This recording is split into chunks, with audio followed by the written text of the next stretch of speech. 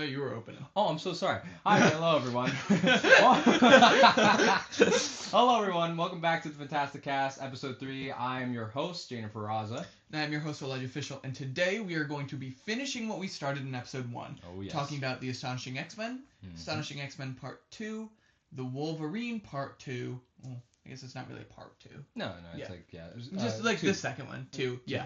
And then any future plans we have. Future figures are kind of up here. Sorry, I know. If you can see them, we've got like an Avengers section, an X-Force section, and a City section because those are currently our focuses. Yeah, and we might have more future story video episodes plans in the future, but for now, this is what we're focusing on. But before we get to that, excuse me. Before that. Oh, and also, besides us, we also have our wonderful producer / water girl, Nadia Laura. You said it right this time. I did say it right this time. She's waving. She just waved. And she's waving right now. And she's behind. Okay. All right. I will wait super fast. Right before we get into it, we have a TikTok and we have a Spotify. That's good. So if you want to check out these episodes without having to see our stupid faces, you can check it out on Spotify. Yeah, and if you want any behind the scenes, definitely follow the TikTok as well. Yeah. All right. So I think for now, let's get started on X-Men. All right. So X-Men, like we said in episode 1, is our top 10 best story. It's our number 1 best story. It's our number 1. And I feel that it's really the best one because of a few things. Great character development. 100%. Good pacing, even though it was our longest pacing one. was really well. It was really well. It was 6 hours. 6 hours. Not 6 hours long that. story. It was 6 hours long. Yeah. 6 hours long. But all in all, great pacing. Great fight scenes. I one of my favorite fight scenes of the whole stories we've done. Anything you can add? Pretty much that. I think the biggest thing is you have like a movie like Eternals. Yeah. Where like part of the reason it sucked so bad is because they introduced like 10 new characters. Right. And you don't know what any of them are. Like by the end you don't really have the character development. Right.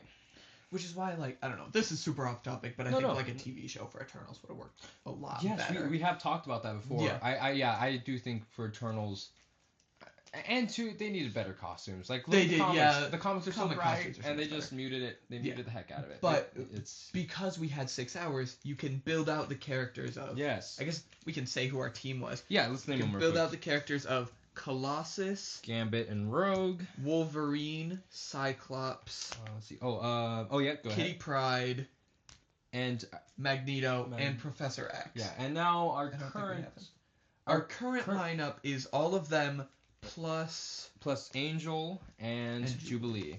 Magneto's technically not part of the X-Men. He's kind but he was a character. He was a character. Yeah, he did have a lot of development. You know. Yeah. That is currently our lineup for now, and it will possibly build up in the future segments, but we'll get to that later. It's a really nice Angel figure. If you haven't picked up this Angel I figure, you might want to. Right. We're not sponsored by Marvel Legends, Hasbro, but this is a really nice figure. It is, and if you want to sponsor us, I mean, his room is full of them, so please sponsor us. Yeah. I mean, even though we're small, please. Anyway. Yeah. Great story, and let's get into it. So let's see, what can we get into? So, you want to go by plot? Sure, let's go by plot and let's just go through it. So let's see. Again, follows our main character, Kitty Pryde, and she's our fish out of water character. She learns that she has mutant abilities. She gets kicked out of school. Her father dies in a terrible accident caused by Juggernaut, which in turn she is then saved by the X-Men, and she's brought to the mansion because she has mutant power. I forgot what was like the. Do you remember why they brought her to the mansion? Because it's like Professor X has really started kind of making it a school more, and so he's like they see mutant in danger, let's pick him up and help him out. Right. Yeah, right. And then I remember they bring her to the school, and Professor X and all of them have like a little meeting, and they explain everything, how she's a mutant now, and she's kind of part of them and whatnot. And she's, of course, is reluctant. She's only, I forgot how old she is. I think she was 17. I think she was 17 at the time. And then Colossus, how old was he? I don't think we ever explicitly said, but I think for reasonability's sake, we should say also 17. Yes. Well, yeah, they were both 17. And in this story, they do develop a relationship over the course of the story, which was, again, also one of our, I think, best love plots. I think it's the best developed romantic relationship that we have. We have, Other than maybe Kate and James, just because they've existed for a long time. A lot longer. And we've seen them grow up since they were kids and whatnot. So that's true also. But this is probably... it's a really nice... It's really good. It's a really cute Definitely one. second place, for sure. Yeah. But pretty much, story revolves around the team training her and kind of getting her into more comfortable. She's like more comfortable with the team, but also more comfortable with her abilities. And they do train her, and they do eventually train her to become an X-Men because of I believe Magneto starts causing trouble, and I forgot what was like the first scene he was in. I don't remember. It was 6 hours. I mean, it was a 6-hour story. Give us a break. It went to like 2 in the morning, I think. Did it? Yeah, I remember it was one of the night ones. Yeah, it was one of the night ones. It went long. But it was good. It was good. So Magneto starts causing trouble, which in turn it causes Professor X to be like, yo. No, I remember Professor X was saying, don't go there. Right. Oh. Are you okay? Opa. Okay, it's okay. I'll mark that as well. No, it's okay. No, that one's fine. That one's fine. Yeah. You're good. I like when like spontaneous stuff happens. For example, if these fall, that's spontaneous. I like it when spontaneous things happen. You're nasty. I like it when spontaneous stuff happens. Yeah, no, but I okay. Can you continue? He says no. So, Professor X doesn't want them. Magneto's causing a ruckus because he does that. Yeah. And Professor X is initially like, no, don't go there. High key, you're not welcome there. Right. But the X-Men are like, I think we should go there. If I remember Cyclops, if I remember correctly, Cyclops is like, no guys, Professor said no. But then everybody else is like, you're stupid, let's go. Yeah. And so they go. And you remember why Professor X didn't want him to go? Oh, I do. You remember why Professor X didn't want him? Are you revealing it? Where is Magneto? Oh, Magneto's over here. Oh, you know what? I need to get where is he? Don't mind me. Because since I'm about to reveal something very big in this universe. Ow! Somebody just stabbed me. Okay, somebody just stabbed me. No, okay. No, this is not him. Was Superquick was Havoc part of it? Well, he died. We said Havoc was part of it. Oh, I think he might be dead. Yeah. I don't know if I should grab him. Do we want to grab him? He's a nice figure. I want to fiddle with him. He is. Okay. 1 second. Just saying. While he's grabbing his figure, I want to point out the obvious. This Magneto is X-Men Magneto when he's a member. If you see, he's got the little X belt. Clear foreshadowing. Yes, but also, it's because there's no cheap, like, good comic, like, classic Magneto suits. There's not. There's the X-Men 97 one, but that one's got the giant M on his chest, and personally, I don't vibe with that costume. Yeah, and I do think that the other one that's comic accurate from 97 is also a lot of money. Yeah, I can't get that one either. They're expensive. So we used this one also just because I had him, and, I mean, he worked pretty well. I think we just kind of ignored the belt. Yeah, pretty much. Just the same thing we did for Wolverine when he first... in Avengers Endgame. Yeah, I think we just turned it around. Well, this one, I don't know if we turned it around, but... Yeah, I don't think I'm trying now. I don't think you can turn this belt Yeah. around. Oh.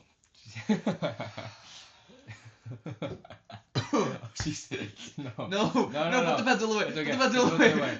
See, now we gotta let them know. No, it's okay. Alright, so, main point is, though, I think... Do you want to reveal it? Do you want to reveal it, or do you want me to reveal it? Okay, I can reveal it. Go ahead, yeah.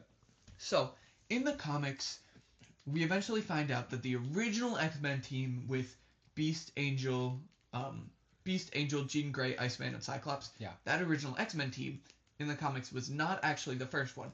The first one had, I want to say it was Cyclops, Vulcan, Darwin, I remember. Yeah.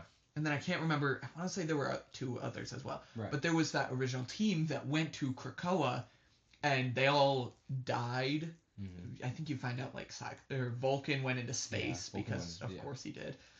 He's in my bag. Yeah, but they die, and Professor X covers it up. He wipes everybody's memories, and like they forget that ever happened. Eventually, it comes out, and he's a horrible person because Professor X actually in the comics like low key not the best guy. Not the best. I mean, he has his heart in the right place. His heart's in the right place. He does some silly things. Yeah.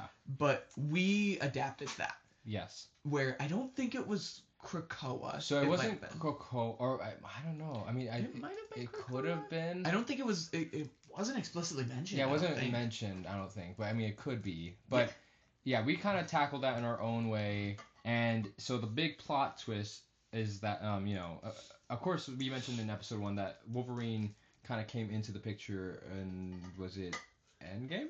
Yes, he was first introduced in Endgame. He was first introduced in Endgame, and it was kind of just like, oh, the X-Men are not a thing, he's just Wolverine, himself, his own hero and whatnot. Turns out the plot is that there was an X-Men a long while ago, and unfortunately on this trip, I forgot where it was at. I might have been Madripoor. Oh yeah, it might have been. Yeah, it was something. I think it was something on Madripoor. Again, this is our own take. Inspired by the comics, but our own take. Yeah. Something on Madripoor, and I remember our team was Havoc, young Cyclops. Okay, yeah, sorry. Havoc, young Cyclops, young Warren, young Angel. I remember because they connect. You're right. I forgot about that. Yeah, young Warren, Vulcan. Young Jean Grey. And then young Jean Grey. And then I think Wolverine. Yeah. And turns out that something went around. I forgot what it was. I don't remember what it was. No, I don't know. It was because I remember it was something bad that Professor X wiped all their memories because so I think we lost Havoc. Havoc's dead. He's dead. Vulcan is dead for now. It's not explicitly mentioned, so we have the opportunity to bring him in the future if we do stuff with the Shi'ar. But also there's not a ton of Shi'ar figures. Exactly, right. And I do have Vulcan, so again, if we ever wanted to do something with him, we can, but don't really have plans for it, at least for now. Yeah. That is not in our future plans. Yeah, it's not in our future plans. And Havoc, he's gone. He's dead. So he's dead. I've been waiting for you to give me him. And Jean Grey is also dead. And so this is all revealed to the team by Magneto in the final battle. Who remembers because he has his fancy helmet thing. And I believe he was on. I want to say he was on the team. He might have been on the team. Again, this is our own take. Yeah, he was on the team, and that's why Professor X knew he knew. Exactly, and so when Magneto came back into the picture in the story, that's why Professor X, and throughout this whole story, of course, being like kind of a loving father to all of them, is also just trying not to let them find out about it, because if he does, blah blah blah. Once the team finds out about it in the final battle, I remember Kitty Pryde has a really cool moment where she faces Magneto and my nose, and what was it? Magneto says something about how you're alone, you're not, you're not, this is not your family or something. She's like, do you remember what she said? No, I remember. I think it was something like I don't know, Magneto said something like, who even are you, or something, I don't know, some type of line like that, and she was like, I know who I am, I'm Kitty Pryde, and I'm a mutant, and I'm not alone. It was something like that. Yeah. And I remember, that was a cool line. I'm getting goosebumps. I know, me too. I was there. No, it was so cool. I loved that line. And and so she was the one to put down Magneto, and then I believe did S.H.I.E.L.D. take him? I don't know where. He was in some prison, I remember. I'm sure he's in, the Raft. Maybe in the Raft or something. Yeah, so Magneto gets taken, and then at the end of X-Men, what is it? Charles and Logan and Scott Logan and Scott confront Charles about the whole thing, and it's a very emotional moment. Do you remember that moment? I do remember that moment, yeah. That moment was emotional. I think because the biggest thing there is, Professor X is literally Cyclops' dad. Literally, well, yeah. I guess, not literally. Not biologically, but it's he's his father. Yeah. Basically. And Cyclops has to be on the side of, we have to kick him out. I don't know what that says. It's 15 minutes. I was trying to be nonchalant. Thank tell you guys, but there's 15 minutes left without interrupting. Sorry. There's 15 minutes left? No, it's been 15 minutes. Oh, okay. That's not sorry, I couldn't see what it said. Sorry, me neither. Yeah. But it's Professor X is basically Cyclops' dad. Yeah. But Cyclops has to understand that. I don't know why I'm psychoanalyzing your character. No, please. But like, you understand it too. Yeah. he has to understand that like this is not a good person. We need to get rid of him. Yeah. And so they kick him out and take. I wouldn't say they take over the mansion, but No. they stay in the mansion Yeah, without Charles. Yeah, and it is. I want to note that it is Cyclops who takes over the role. It's not it's not like Wolverine. Like Wolverine the X-Men where Wolverine's the Yeah. he's still a huge part of this universe like Wolverine is, but Cyclops takes over and he's now the full like head of the school and whatnot. And like, he runs the team like he did before. And I remember Gambit had a really good scene too, because also Gambit at the end when he finds out they kicked him out, there was a really emotional scene where he argues with Cyclops. Because he was also relatively, right? Is that how you say it? Relatively young when he was discovered, and Wolverine, the first one, and whatnot. So he also Charles was kind of like a dad to him too. So there was like a whole huge argument scene about that, and I remember, and then too, it's all coming back to me now. And then there was a Rogue scene, or there was a scene with him and Rogue where she was calming him down, and he got emotional and whatnot. Do you remember that? Vaguely. Yeah. I don't know. My memory sucks, but... No, it's okay. Yeah. I'm allowed to say but. That's fine. I think that's can fine. say but. That's fine, I think. We're being kept here against our will. I'm trapped. I can't say anything. She's writing it on a sticky note right now. No. I'm being silenced. No.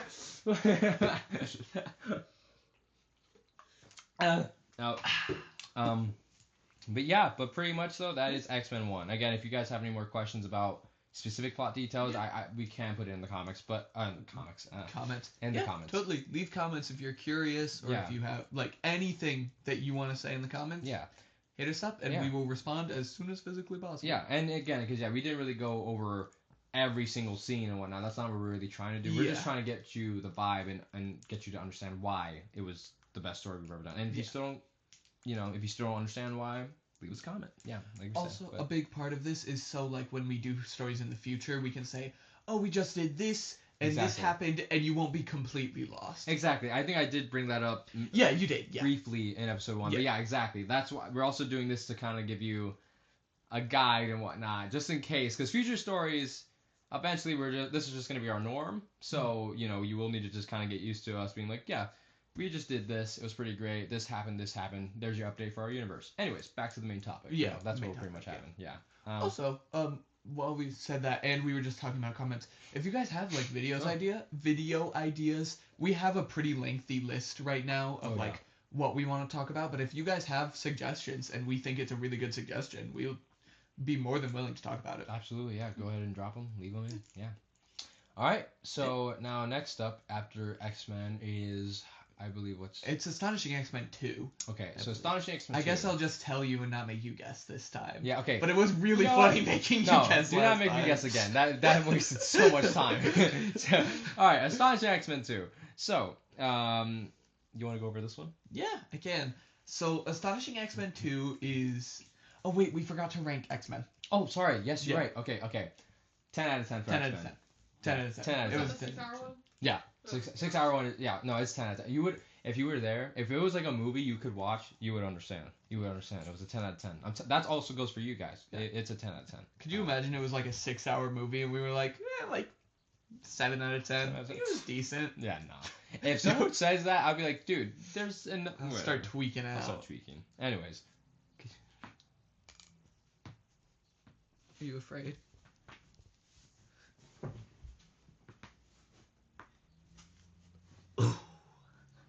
I hope the mic picked that up. I think you probably did. Okay, so... Oh, wait, what? What? No, don't cut out my back cracking. You do realize I'll... Okay, that's you. That was you. That wasn't even me. That wasn't even us. It's literally what it's called. Are you okay with doing this every episode we do, like when you're here? I can try. I mean, by the way, I'm spam watching the TikTok. And again, if you also want to... Wait, you know what's a good idea too? If you want to take behind the scenes of us talking, like, and post that as well. I could do that. You could do that. Excuse me. Did you just fart? I fixed the bed, man. I'm gonna give you pink eye. You're disgusting. Okay, that one I'm taking out. Okay. I feel like this chunk needs to be taken out here. No. Why? It's funny. Oh, I thought I was gonna catch it. It's not. Anyways. Astonishing X Men 2. Yes. Okay. Oh, bro, it stinks. Okay. Okay. Open the window. What? We can't. There's cars. Should I close it? Here, wait. Ooh, What? don't Oh. close it. Okay, wait, real quick. Wait, 1 second. Just because Okay. I might cut. Because Yeah. airplane. Excuse me. I'm sorry. Ew, you're so gross. Okay, I'm sorry. Man, You're trapping us in a room with your fart and burp. Alright. You are not ladylike. The burp. We are not ladylike. Hey, if you're gonna trap my speech, I'm gonna trap My news. You. your news, but that's unrelated. Alright. Yeah, maybe we should start again. Okay. Okay. Astonishing X Men 2. So, this one, instead of focusing on Kitty Pryde, it focuses on Jubilee. And Warren. And Warren, yes. Where is Oh, he? here. Actually, let's I'll add him bring back it in. Yeah, Jubilee and Warren. This story is now their kind of more. It's Yeah, go so ahead. it's still about the whole group, Yeah, still no. but it's similar to like if you watch like an X Men project, like X Men '97 is a good example. Good one. You have your intro character of Sunspot, where you can like follow him, learn the ins and outs of the X Men, Right. and then go on adventures with them. That's kind of what we've tried to do with our stories. Yeah. Also, it builds out the team, which is like more character dynamics, more plot relevance, that sort of Yeah, stuff. it does. It just fleshes them out more. Nightcrawler's in the team. Okay, did you bring Nightcrawler? No, I didn't. How did you not bring Nightcrawler? Because I didn't bring. I only brought my mutants. Oh, is that? Okay, Yeah. gotcha. Do you want me to bleep out that name? Yeah. Okay. Yeah, it might be smart. Do you want to? X-Force Nightcrawler isn't glued in. All right. You know what? I'll. If you guys have seen the X Men '97 Marvel Legends Nightcrawler, he's in red and black. That's the one we use. Would you be able to like edit that? I can photo edit a in? picture, and yeah, just it's right wherever I put it. It's probably gonna Hopefully be. it's on the screen. Yeah. Yeah. All right. Low-key, So I don't do the edits. I just do the Spotify. I edit these, so Yeah. if there's any problem, don't attack them. Attack me. So. Excuse us. I'm so sorry. Okay. So, anyways, so yes, Nightcrawler is also in the team. We keep forgetting. I knew we were forgetting someone. It's okay. Nightcrawler is a huge part of the team. He is Yeah. one of my favorite characters, and I think we both agree. Like in the first So much fun. Astonishing X Men, yeah, he's literally the best. He's so funny. He's so fun. He's so sweet. I love him. All right. Anyways, so continue on the plot. So, we focus more on those are our two intro characters. Yeah. And during the story, the team they deal with mutant racism is a Yes. big thing. A lot. And I think we touched on the cure, right? So yes, but it's like a fake cure. Yeah. Because this story was a little bit inspired by what was it? Astonishing X Men. I mean, I kind of not claiming that it's my name. I'm using the name just as like our store name and whatnot. It's not mine though. It was made by- Astonishing X Men, the comics run. Right? Exactly, the comics run. Yeah, that's what it was inspired by, and it was there's a cure storyline in it, and of course in there it's a little bit different. I kind of took it again and made it a little bit different. That's kind of how most of our stories work. We haven't really, I don't think we've ever really truly adapted a comic one for one. Yeah. But I mean, I think the biggest thing that we do is we take these comics and movies that we really, really enjoy, and Yeah. like the TV as well. Yes. And we take these characters that we really like, and we do new and, in our opinion, interesting things with them. Exactly. Yeah. It's similar. I think I said it in the last one where like Spider-Man writers don't know how to write Spider-Man. Yeah. Like they just can't do anything unless he's sad. Right. And it's like sometimes you don't want to see Spider-Man sad. Yeah, you want No, you know what? I was talking to my friend about fan fiction. Yeah. That's what it came from. I was talking to my friend about fan fiction. Yeah. Right. And like sometimes Spider-Man writers don't know how to write Spider-Man, so you read a Spider-Man fan fiction. Mm-hmm. Sometimes movie writers don't know how to write. Right. What's a good example of a bad comic book movie Eternals. that we've done something with? Oh, We have haven't we done touched on something? Eternals. Hulk. Yeah. Could do I'd say. Hulk. Yeah. Hulk. I mean, our Hulk story wasn't that good either. But no, like, there's a ton of bad X-Men movies. Like X-Men. Last Stand, I think that's the one. Last Stand. Yeah. X-Men Last Stand sucks booty. We X-Men. wanted those characters to be written better. Exactly. So we did it ourselves. We did, yeah, and it's, in our personal opinion, way better. Again, I mean, it's Last Stand. Most people don't like that exactly. movie. Yeah. But yeah. Anyways. But yeah. Yeah. So yeah, the Cure was made in this, and of course, and also we start hinting at Sentinel technology. Not the Sentinels just yet, but Sentinel. I believe we introduced Gyrick and Trask. Yes, Gyrick and Trask, and Warren's father, Warren. Yeah. Warren Worthington the Jr. Warren It's hard to say. Worthington Jr. Warren Worthington Jr. Yes. Yeah, and Nailed that. we introduced those characters and whatnot, and yeah.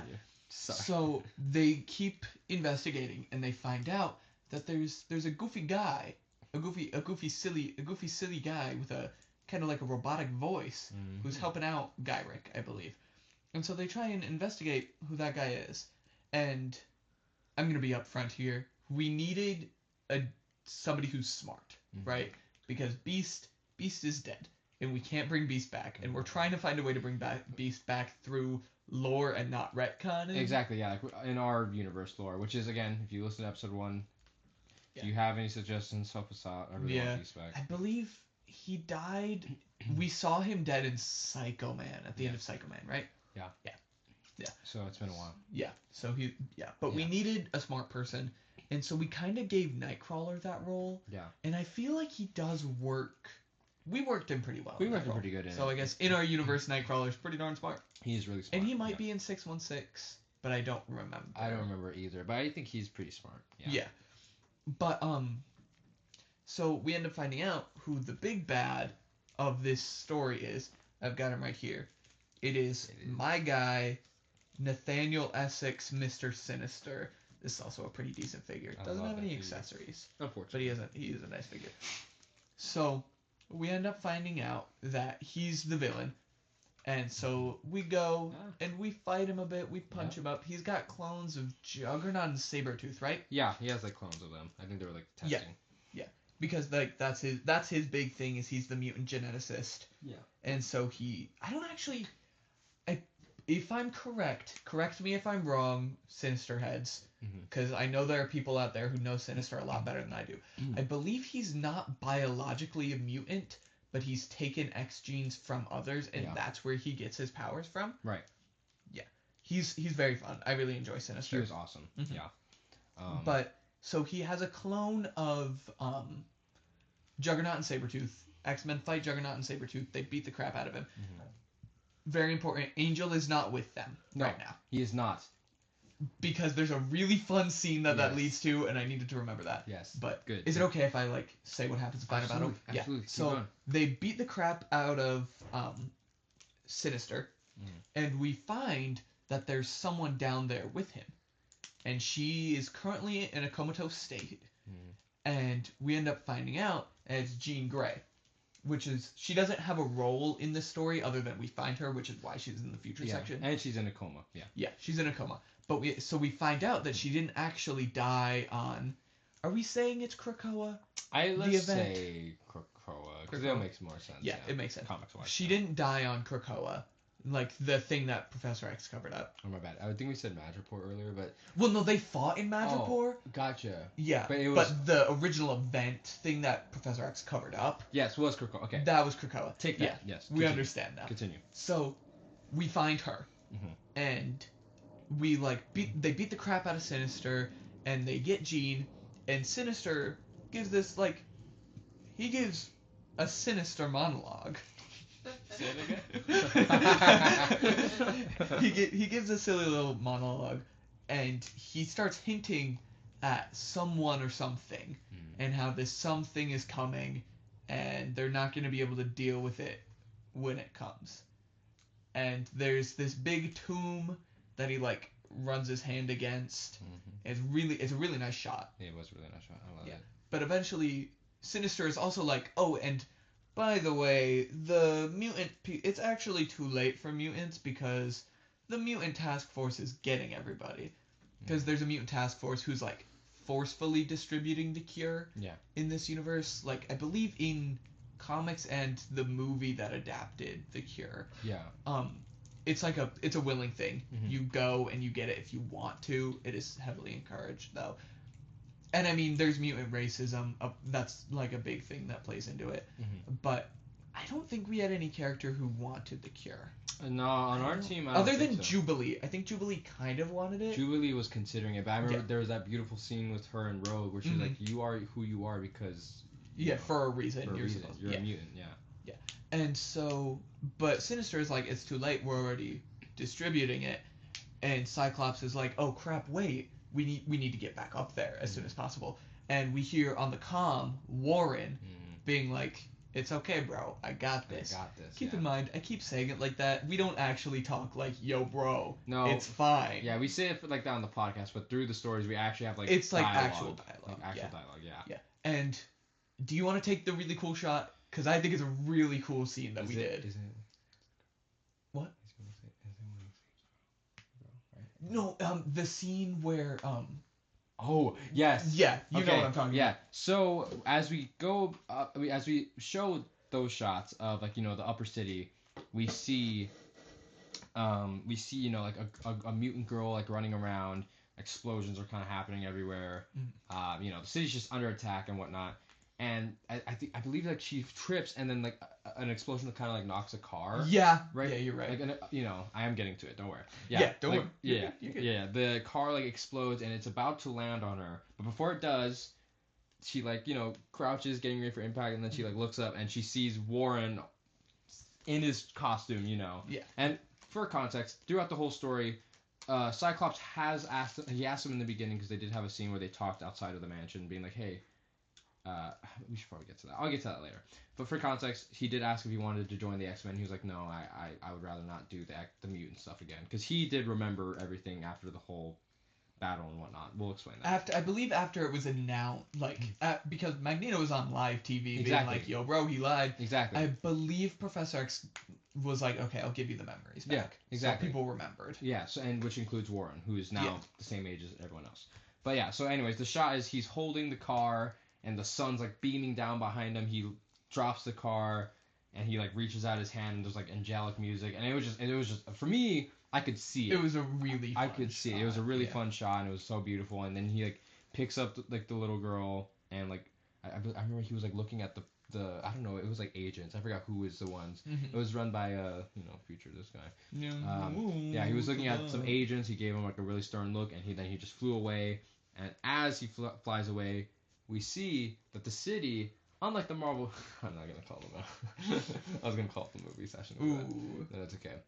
No, I should call them out, shouldn't I? Yeah, go ahead. Yeah, you know what? Look, Marvel, MCU, real MCU, not our MCU. I love you, but you got some problems, especially Daredevil Born Again season 2, which we will talk about in another episode in the future. I still haven't finished it, so we're not talking about that yet. I have, but anyways. Yeah. Unlike our MCU, in the Marvel Universe, whenever a big battle happens, it's always just the heroes that are in the story. It's never really anyone else. Yeah. You don't really see anyone else. In ours, when Warren flies away, we show a shot of I believe what was It's like it? all the heroes Go ahead. defending it. Yeah, it was. We see. We I s- know we see We see Moon Knight. Moon Knight. We see Spider-Man Miles Morales. Yeah. We see We see in one of my favorite ones. We see and Ant-Man the Wasp, who we haven't seen before. Exactly. So now the Wasp is officially canon in our universe, and also this was the first time seeing Hank in superhero activity since Civil War. Since Civil War. So- So like full phase. That was personally my One of favorite my part favorites is too. being like, hey, we had. At least in my head, it's us saying like we haven't forgotten about these characters. Exactly. They still exist. Yeah, and I don't remember if Daredevil was there. Daredevil Yeah, might have been. Yeah, no, Daredevil and Spider-Man were there. Yeah. I remember because I think these stories do take place after the It takes place after the events of Spider-Man and Daredevil, which Yeah. again we kind of have to do part 2, but we'll talk about that later. Yeah. But yeah, Stuff. we see all of those heroes fighting, and it's just such a It's such a fantastic fun shot. scene. in my head canon too. Say that again. Say that again. Dude, I'm telling you, we need a compilation of Yeah. that. But yeah, so the team kind of recuperates. They that's the right word, right? Yeah. Recuperates? Okay. They recuperate together. They get back to the mansion, and Warren's back, and pretty much now they have Jean kind of just I forgot where they put her. They put her like I think they put her in a wing of the X-Mansion. right, and like as they meet up with Warren, excuse me. Oh, excuse me. I'm so sorry. Bro, I'm the one drinking the Dr. Pepper. I don't know why I'm burping so much. That Dr. Pepper? That Dr. Pepper?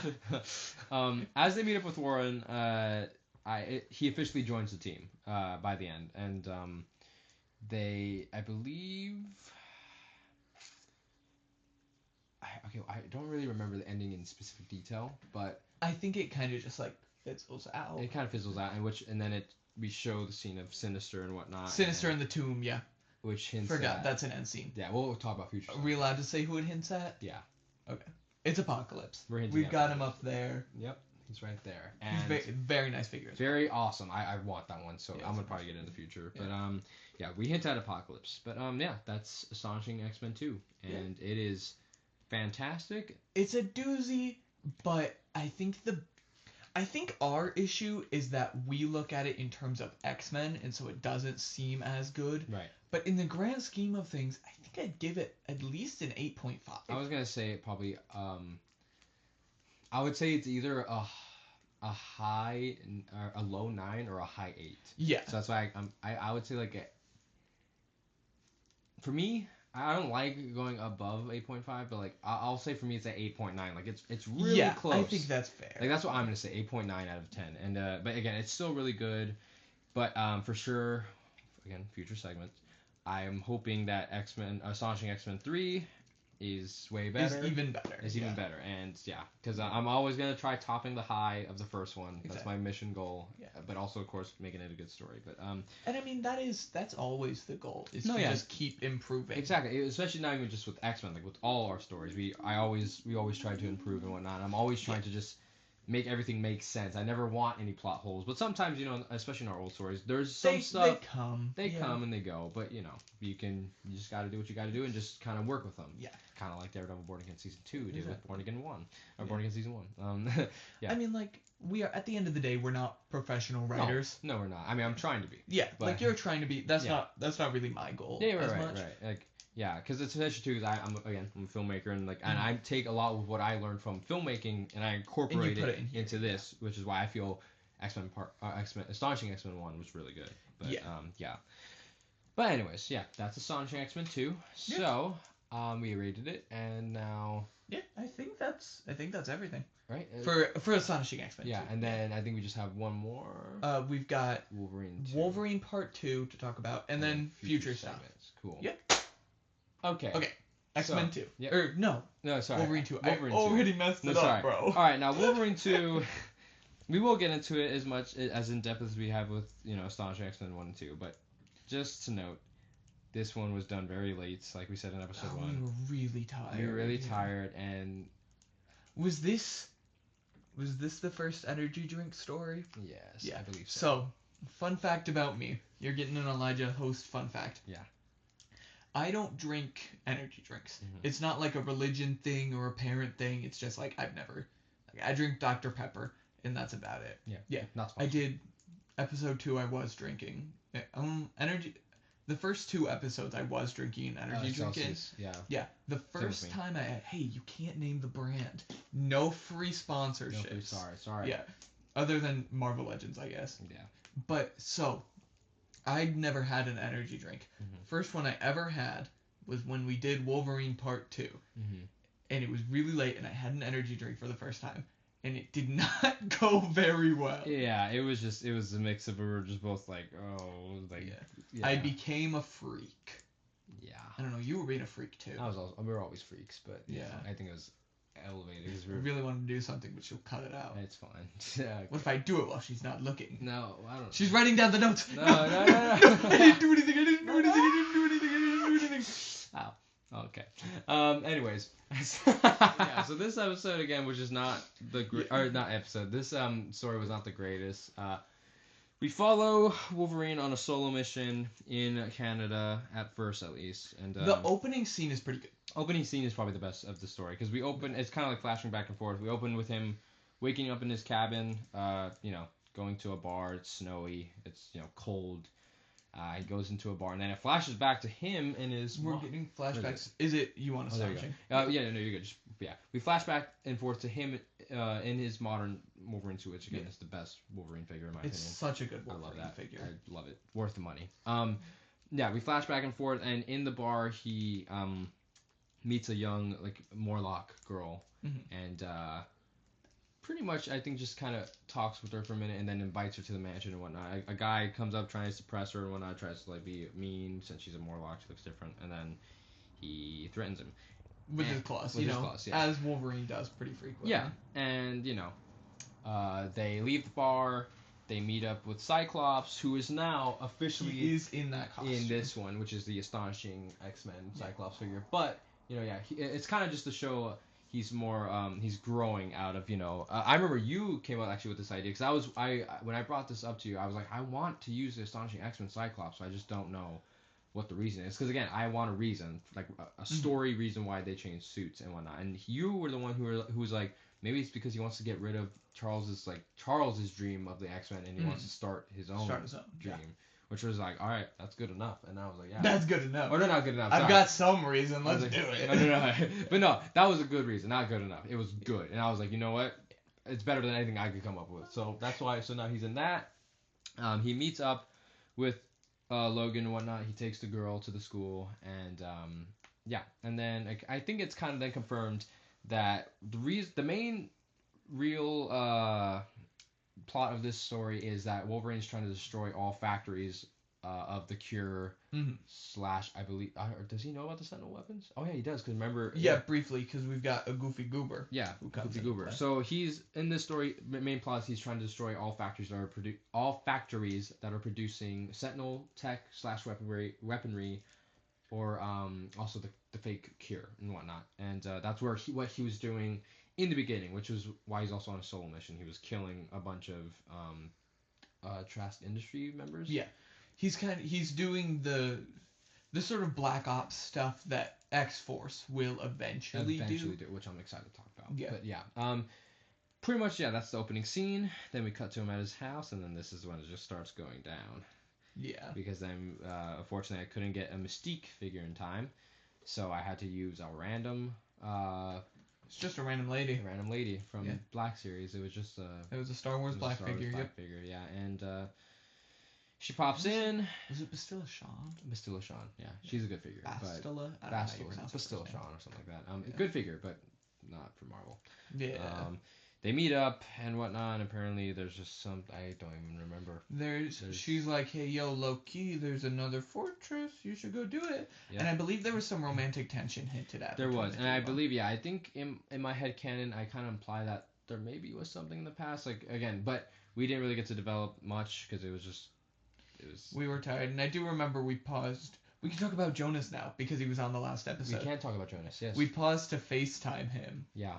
We did, and I forgot why we did. I don't remember. I don't remember why we did. It was probably just to be a freak. Yeah, we were just FaceTiming them and whatnot, and it was fun. But yeah, we then after that just made it worse, so we were more tired. Yeah. And pretty much the story is just them going to the factory and then finding out that where's he? Executioner is there, and he was set up actually in Astonishing X Men 2. He was I forgot what his name is. He was outside of costume in Astonishing X Men 2, and he got scratched by Logan. He was one of the task force members. Yeah. Who I don't think we talked about it. There was a specific task force that went to the X Mansion to take him out. Yeah. Do you have a question? No.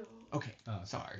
No, you're good. They were specifically sent, and of course, it didn't go well. It didn't. Wolverine literally scratched his face to get that comic accurate look, and of course, just he was mad. But yeah, now he's like this, and pretty much they do have a cool fight scene, which remember I remember he uses a Sentinel weapon, and he blows Logan, who's outside of costume. I have it right here actually. He blows Logan? Oh. Yeah. But before that happens, Logan is sleeping in his cabin. Mm-hmm. Yeah, he is. And he gets jump scared. He basically gets jump scared by big beefy boy Sabretooth up here. Who does, and again, that fight scene actually was kind of cool too. They I'm just describing him. yeah. I'm not describing Beefy it. boy saber I feel like that's He's fun. a big beefy boy. Yeah. Look at him. So He's big. yeah, He's beefy. he's cool. And he's a boy. Yeah, so pretty much they have a fight scene where he fights outside of costume and they throw him out. That's what happens before. That's a fun fight scene. That's a fun fight scene. And but in this scene with Executioner, yeah, he like shoots Logan out of the I think it's like a trash building or I think something. so. And it's a cool fight scene. It leads with him going down falling all the way down the building and going to like an alleyway. I believe it's in Madripoor. Yeah, I believe so. And he has a fight scene with some goons and whatnot. And then I believe he gets taken out and taken to a Trask facility where they start torturing him. Yeah. But he gets out and he blows up the building. Yeah. And then it's pretty much it. We kind of just ended it, honestly. We were just like, you know what? This is... I remember just being let's just end it. Yeah. We've talked about maybe redoing it. We have. Because the biggest thing was we had the beginning, but we didn't have the ending. Like, we didn't know how... Neither of us knew how the story was going to end. So we didn't know where we were going. And you might be wondering why we started without an ending. Because, okay, here's the thing. Because originally, again, I did kind of have an ending, but I needed Mystique and Emma Frost, who I actually do have now. We have her now. Thank you, Caleb. I do have her now. And so, I mean, technically, again, we could do it. It was... I don't know. It's just, it's kind of tough because we rarely do that. Actually, no, we've never done that. We've never redone a story. We've never redone a story, so I feel like it's just... I can't tell you how much I've wanted to redo Spider-Man Gang Wars. I wanted to that story could be awesome. Again, best opening scene of all of our stories. Goated opening scene, yeah. Yeah, but like Doc Ock was wasted. Yes, hugely. He's not dead though, so we could bring him back. We can bring him back, and the Peter reveal wasn't even that good in the grand scheme of things. Yeah, exactly. I agree. But pretty much, just wasn't the best, and we ended it. And maybe one day we will redo it, but for now, it's just the way it is. So I'm gonna rank it the way it is. I'm gonna give it a 4. I was gonna give it a 5, but 4 is not bad. Yeah, or maybe a 4. Just because again, it's just I think the 4 is carried from the opening. Yeah, the opening's the best part, but Just after that, it falters a lot. Yeah. But now, anybody listening, you are caught up in our MCU. Officially, yeah. So now you are caught up, and now we will get to future segments. Yeah. Okay, so future stories. Yes. Do you want me to start, or do you want to start? You go ahead. Okay, I'll start. I'm gonna talk because this is the first story that I've really I've kind of started writing. Normally it's him writing the plot and stuff. Mm-hmm. I've kind of started writing this one, and we briefly brought it up in the last episode. Episode 1, yeah. But I'm going to talk about Moon Knight.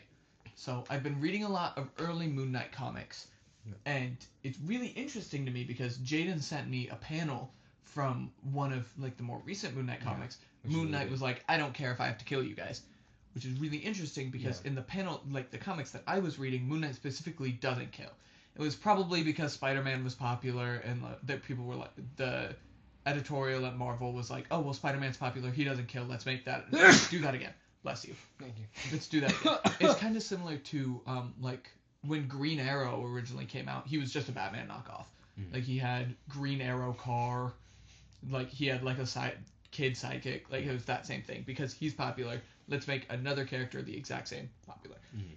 But in this story, I really want to dive into Moon Knight's origins as a mercenary and how he became Moon Knight.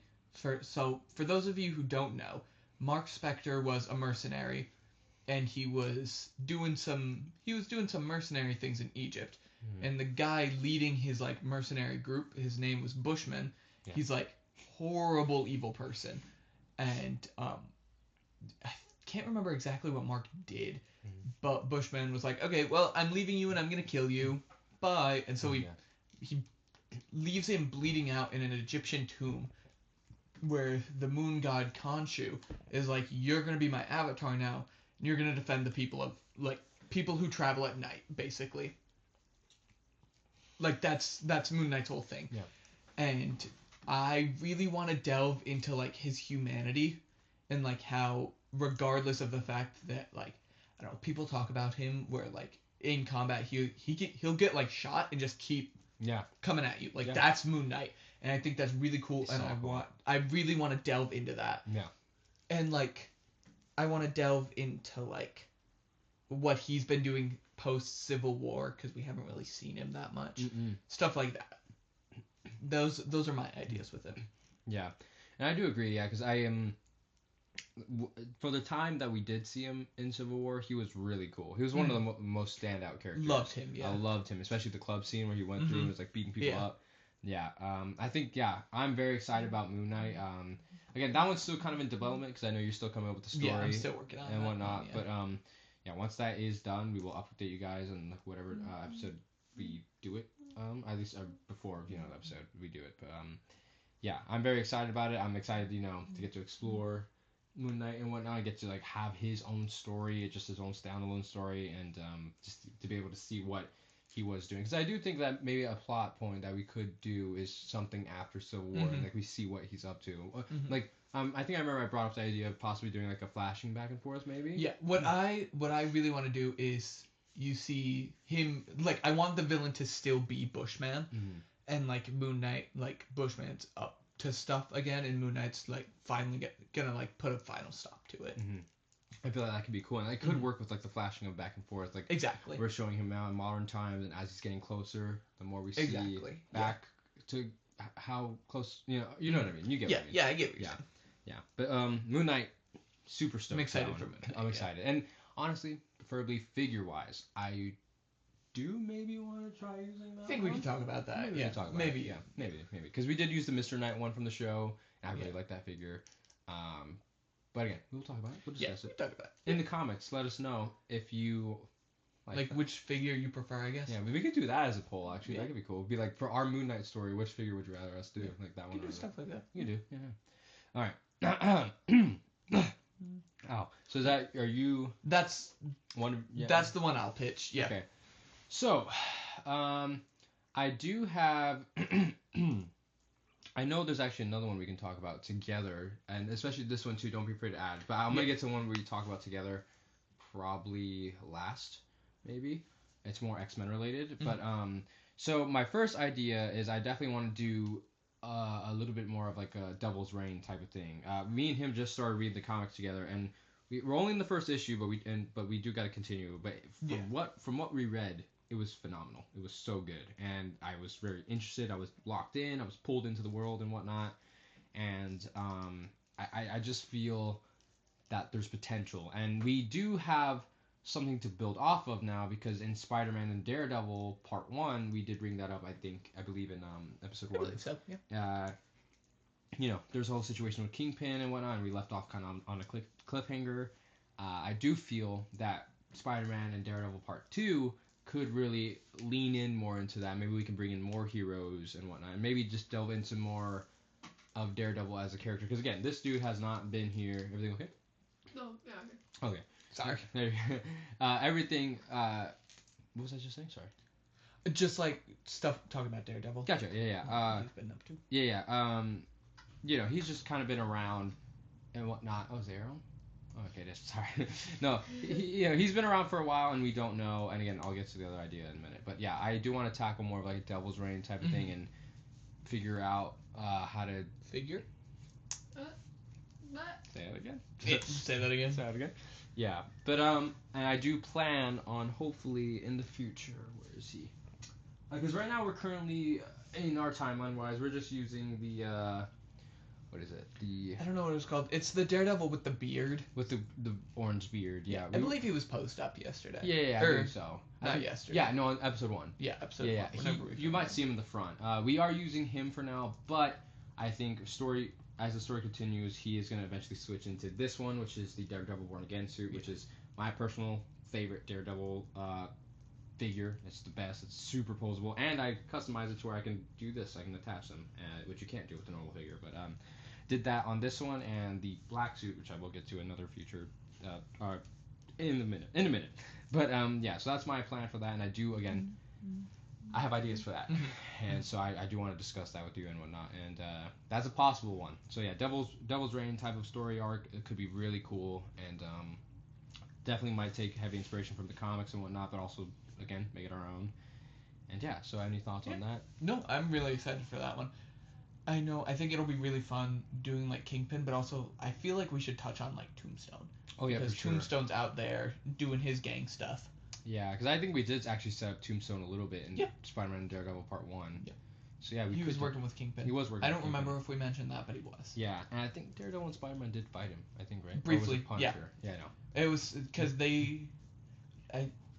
No, I don't think they did. Huh? No, because I really wanted to see a fight between Punisher and gotcha. Tombstone. So then, yeah, they probably did. Yeah. Okay. So at some point, I want to do that. Yeah, but. which could be fun.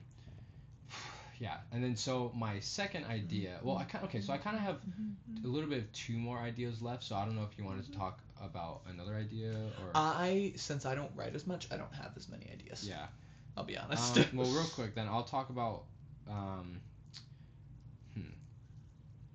Because we have three more technically. Because I have two more, and then there's the other one. So I'll talk about one more, and then we'll talk about the one we can talk about together for sure, and then I'll talk about the last one. Okay. So another one, I have an idea which I did bring up in episode 1. What is it? Excuse me. Is a possible Daredevil origin-ish show set during the 5-year gap of Infinity War and Endgame, because I was talking to Elijah about this, and I have it was a really cool idea I came up with. I mean, it's maybe not as original. I don't know. Maybe someone else had the same idea. But during the blip, or during the time we were trying to put Daredevil into the universe, I was really thinking like, okay, where's this dude been? Why has he not been known? And why is he just now out? Like, why is he out and about, right? But then I came up with this idea, or I think it was me and Elijah that came up with this idea of. You said I helped come up with the idea? I think you did. I don't remember helping. He doesn't remember, but I'm fully confident he helped me. As we know, my memory sucks. Yeah. So from what I can remember, I think we were talking about it at one point while we were doing like a sleepover. And I think, from what I remember, I was thinking, like, I was asking, like, what could we do? Like, how can we say that he's been around? And I remember, I think Elijah was the one that was like, we should make him have started being a hero during the 5-year gap. During Infinity War and Endgame, and I was like, that's actually really cool. And then after that, boom, I started getting so many ideas. I started then developing how Kingpin started coming into play, and again, this is a younger Matt Murdock and kind of a younger Kingpin. Of course, he's still an adult, but this is Kingpin before he rose to being like, he's the mayor now, right?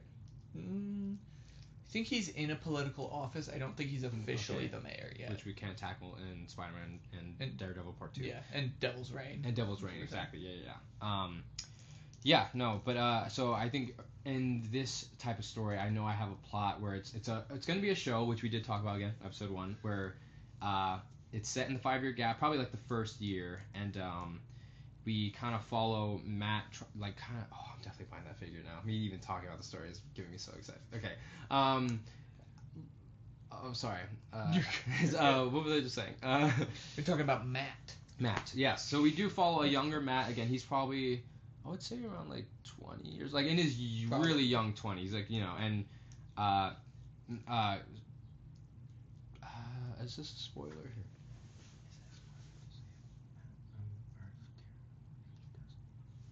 I don't think so. Okay, cool. I think it's an important plot element. So an important plot element to note in this story is that Karen and Foggy will have been dusted, which leaves Matt Murdock alone. Maybe I'll touch upon that more once we eventually discuss the full story in before in a future episode. But for now, they're dusted, and a young Matt Murdock is kind of trying to like piece together everything, and he's just trying to, I don't know, he's trying his best to hold himself together and take care of what's left of New York City during that 5-year gap. And there starts to circulate there's circulating rumors about like an underground I don't know how to describe it, like with Kingpin, like how do you like underground mob activity. Yeah, like an activity. Exactly, like an underground gang activity run by Kingpin, who of course he's like at his very lowest, but even then he's still pretty powerful. And it's kind of just the whole season just kind of it's kind of Matt uncovering that secret, and by the end I'm not gonna tell you what happens, but obviously it leads to a very cool conclusion that kind of leads to Matt becoming fully Daredevil and whatnot, and then so that's the plan for season 1 of Daredevil, and I do have plans for season 2 and possibly season 3, but I kind of want to get to that in a minute. Now, so that's Daredevil season 1's plan, and I'm very excited for that. And so that'll be a pretty cool show, and again, it'll be our first show, so that'll be very interesting to do and tackle. But all right. You want to talk about the one that we both know? I'm not sure which one you're referring to. There's 2 stories up there. Oh, real. All right, yeah, come on. Say it one more time. Hit me up a 3rd time. Okay, maybe 4th. Can we do maybe 5 times? X-Force. What about a 6th? No, I just wanted to I heard it the first time. I just wanted to see how many times you do it. Yeah. All right, go ahead. Yeah, I can touch on it. So X-Force is what we're talking about up here. Up here we've got... We don't have all the members yet. No, we don't have figures for all of them. So we've got X-Force Nightcrawler, X-Force Archangel. You can't see them. You can't? Am I blocked? Jayden! Now, can you see him now? Yeah. Thank you. Yeah, X-Force Nightcrawler, X-Force Archangel, or I guess that's just normal Archangel, but still. You got Deadpool, and we've got, that's the Mafex X-Force Wolverine specifically. Yes, it was. I hope you can you still see it or no? Yeah, you can right there. Here, just lean into me.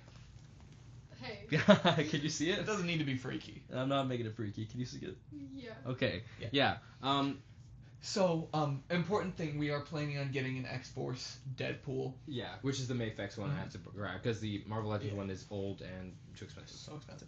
And I think we were talking about doing Phantom X and Psylocke. Yeah, right? Definitely doing Phantom X and Psylocke, because I do kind of want to run with the Uncanny X-Force lineup, at least for maybe the first episode, because I do think this one is probably going to be a trilogy of its own. Yeah. Because, again, this is going to be possibly set after...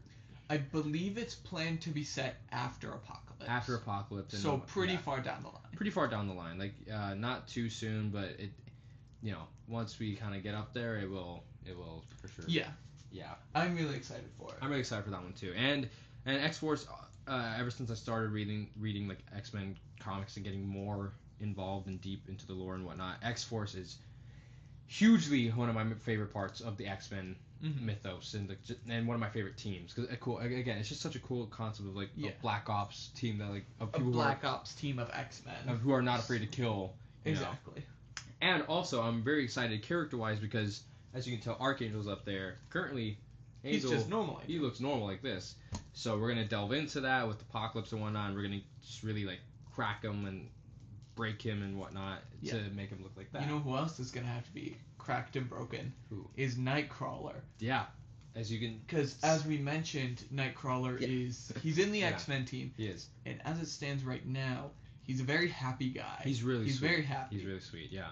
Which we're gonna have to do stuff to him. Yeah, unfortunately, because I mean, again, I don't know if maybe in the comics he just willingly does it. I could be wrong, but in our universe, we do have to kind of see what makes him tick and take that away for him to kind of. We're gonna have to make him sad a little bit, just which is unfortunate, but again, good writing will do that too. Exactly. But I'm hugely excited about X-Force. X-Force is really cool, and I did have an idea of possibly more adapting the comic for this story, maybe, but also at the same time, I want to read more of the comics so we can kind of take some pieces from each and make it our own. But the first Uncanny X-Force issue with all of them is really good. So I don't know. Again, that one's still a little bit far away. Story's kind of still in development, but yeah, X-Force, hugely excited for that one. Yeah, it's gonna be really fun. And also, that is my favorite Wolverine costume. It is a very nice Wolverine costume. That one. It goes that one first, and then Astonishing X Men's, and then the brown and yellow one. Yeah. Also, I guess it is important to note, currently, as it stands right now, Deadpool has not been introduced in our universe. Not at all. We haven't seen him at all, because he's kind of a hard character to do well. He is, because he breaks the fourth wall, and it's like, how are we supposed to break the fourth wall? Exactly. If it's just us two, But we will eventually introduce them way before X-Force and whatnot. And we still have to introduce Psylocke and Fantomex as well. So we have a lot to do. We have a lot to work up to. But again, it'll be so much worth it. Exactly. So fun. It'll be really nice. And then, I guess number 3 is, I guess this is not the third story, but also just like what we're looking at in the future for them. Go ahead. We've got X-Men. Yeah. Coming up, and obviously that's if you guys like followed the story, it very much was Avengers, and then it slowly shifted into a bigger focus on X-Men. Yeah, and for sure, the like the city mutants. side. Mm-hmm. Yeah. So we talked about city side. The big players right now are the X-Men. For sure. And I believe third story. Are we allowed to announce third story villain? Yes. Yeah. So third story villain. The plan is Sentinels. Yeah, the plan for the third story is going to be the Sentinels, and we are going to fully tackle them and whatnot, and it's going to be pretty bad. I'm not going to lie. I can't give anything away. Yeah. But then after Sentinels, which is Astonishing X Men 4. Astonishing X Men 4, we're going to be getting into this guy over here. Yeah. Apocalypse, which I'm very excited for. I'm also. I don't think we can say who our horsemen are going to be. We can't say that yet. You will find out when we. I mean, one of them is pretty obvious. One of them is. Yeah, Archangel. Archangel. Archangel will be, but Archangel will be Horseman of Death. Yeah. But Famine, Pestilence, and War are still to be announced. Yeah, to be announced. And again, you will find out when we do the story. But exactly. For now, you can't. Sorry. Yeah. I'm really excited. I'm guessing Apocalypse is. I don't want to say he's gonna be the villain of a trilogy, but I could see him being a trilogy villain. I don't know. I would say he's most likely because again, Apocalypse. I really want to learn a lot more because I know a little bit about. You probably know a little bit more about him than me, but I do really want to get to know him a lot more, read more comics with him, especially with you, and just develop more of the story. Yeah. We might have to read Excalibur. We might have to. I mean, okay, no, we actually do need to continue. We do. Even though Excalibur's kind of mid so far. For context, we were reading comics together. We were reading specifically like the Krakoa arc, and the way we were reading it was like one book with issue 1 of X-Men, issue 1 of X-Force, issue 1 of Marauders, like that. One of them in there was Excalibur, and we agreed that Excalibur was the worst out of the set. Unfortunately, it's just because it was just very it was boring, and it was a lot more magic focused. Magic, yeah. Which again, magic's cool, but when used right. I feel like when I go to read a mutant, like a comic about X-Men, right. I go to read like about the mutant struggles and like mutants fighting mutants or mutants fighting humans. I don't really go to read magic quite as much. Right. And I mean, and it does feature like Captain Britain and all them, and I knew about Captain Britain, but I didn't know much about him, like personality-wise and power-wise, but which was pretty cool. I'm glad it introduced me into him, but again, it was just kind of boring. But we do need to get back into it because that story gave me so many ideas, and plus the whole first issues we read were amazing. They were all Excalibur was the worst one for sure, but even still, it was probably like a 6.5. I was gonna say 6.5 out of 10. Like it wasn't. Everything else was like 8 or 9. It was like, really good. Really good. Yeah, really, really good. And I'm very excited to continue that because again, it gave me so many ideas, and I loved all the characters and as well, and like just the character development. Especially what was the one with like the Rock, dude? You remember like was that New Mutants? That was New Mutants. New Mutants is also really good in that run. I'm just excited to continue that as well. But So anyways. Those are most of our future plans. I was gonna say I have like I think 2 more. Oh, do you? It's more Daredevil related. Yeah. But real quick before we move on, and I will say that Jean Grey is also gonna awake in the third one. She's gonna start doing stuff. And Morph is up there, but he's kind of up in the air. I bought him at Disneyland. I don't know if he's gonna be incorporated into the team. So if you see him, it's a possibility. Yeah. Possibility. He's like a question mark. We're thinking about doing him. Yeah. Cable is up there as well. Oh. I don't know if you can really see him. Well, he's a definite. He's not a question mark. Cable is definitely a definite. Especially too because in the X-Force comics he does have a plot. Yeah, I could see him kind of branching between X-Men both. And X-Force. Yeah, so I will say Cable also has it's definitely happening. Yeah, I think besides that, that's kind of X-Men stuff, right? Yeah. All right, so that's our X-Men plans, and then again I have 2 more. These ones are more brief. again, it's more on the street side. I do want to tackle something with Spider-Man again in the future. I don't know what. That one's more definitely up in the air. Yeah, I was talking about it. I think the biggest thing is it's gonna have a focus on Peter. Because right now that strand has kind of been like, oh. Exactly. It's been like jingling keys. But it's like the Markiplier clip where he goes, backrooms, said your favorite word, backrooms, ding-a-ling-a-ling-a-ling. That, it's like that. It is like that. And it's kind of just like a loose thread that we have not tied yet. So we have to work on that, for sure. But also while developing more of Miles' character and whatnot, who's really good. Yeah, we do like Miles. Yeah, but besides that, I have plans for Daredevil season 2 of our universe, and I feel like that one is going to be set not a prequel as the season 1 is, but it's going to be set in modern times after the events of Spider-Man and Daredevil part 2 and all that, and the Devil's Reign and whatnot. And that season 2, I'm not really sure what it's going to be about, but I do know that it's kind of tackle again, I can't really give that away. Yeah. No. Okay. Yeah, season 2 will be good though, and I do plan on possibly bringing in Punisher in it as well. I can say that, and I do possibly plan on maybe not having Kingpin as the main villain, maybe. Yeah. So that's plans for season 2, but season 3 of Daredevil, I do have plans, and I think I did talk to you about this. So number 1, I want to introduce the Hand. Yes. I really do. I really want the Hand to be a focus of season 3. Like, I do. I really feel like, I don't know too much about them, but I feel like I do know enough to where if I learn more, I can easily make a story out of them. And I feel Daredevil season 3 would be a perfect time to do it, and it would also be a perfect time to introduce him in the black suit, which is from Daredevil Born Again season 2, which is personally my favorite Daredevil live action suit of all time. It is so good. I thought you were gonna say the season was your favorite one. Oh no, and the season my favorite one of all time of all the seasons. Really? Yeah, Daredevil Born Again season 2. I haven't finished it, but I won't say nothing. I feel like season 3 is really hard to beat, man. We'll talk about that another episode. Okay. I don't know. Season 3 is pretty good, but you don't understand. You don't understand. You haven't watched the whole thing. You have to watch the whole thing. Just you'll see it. Say so. If you all disagree, that's fine. I mean, for me, my ranking would go like Born Again season 2, and then 3, and then everything else is kind of debatable. But we'll talk about that in another episode. I just know I have season 2 at the bottom, like of the original show. Okay. Yeah, no, that's my bottom too. But we'll talk about that in another episode.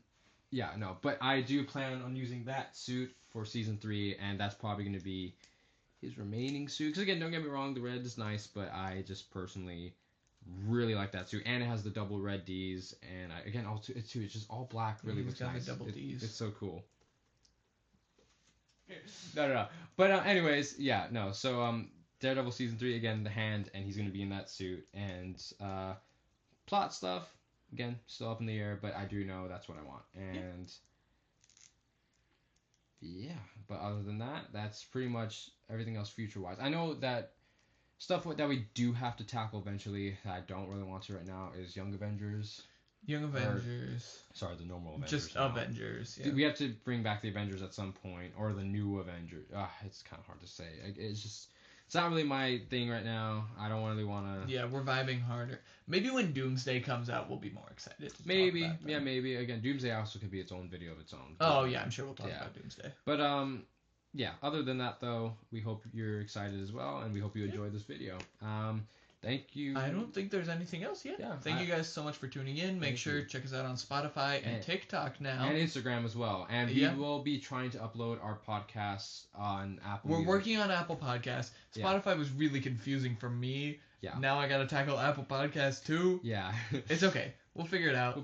Make sure to check us out. Yeah, but thank you so much for watching, guys. We love you, and we'll see you in the next one. Bye. Bye.